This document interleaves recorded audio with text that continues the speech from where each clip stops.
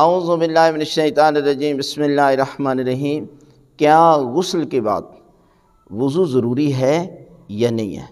تو یہ ہے کہ غسل کے بعد یعنی جو 7 غسل واجب ہیں نا، ہم بتا چکے ہیں کہ جس میں 4 جو ہے وہ مشترکہ ہیں مرد اور عورت پر، اور 3 مخصوص عورت کے لیے ہیں۔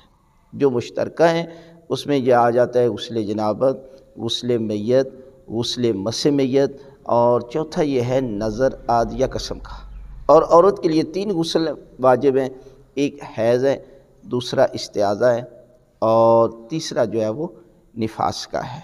یعنی یہ 3 غسل جو ہے وہ عورت پر واجب ہیں۔ ان 7 غسلوں میں سے ایک غسل ہے جس کے بعد وضو کی ضرورت نہیں، وہ غسل جنابت ہے۔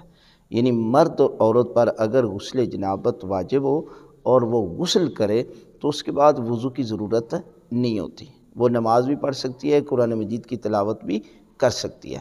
اور غسل جمعہ کی بھی فضیلت ہے کہ آپ غسل جمعہ کو جو ہے وہ بجا لیں، اور اس کے بعد آپ اگر نماز جمعہ پڑھنا چاہتے ہیں یا قرآن مجید کی تلاوت کرنا چاہتے ہیں تو وہ آپ کر سکتے ہیں۔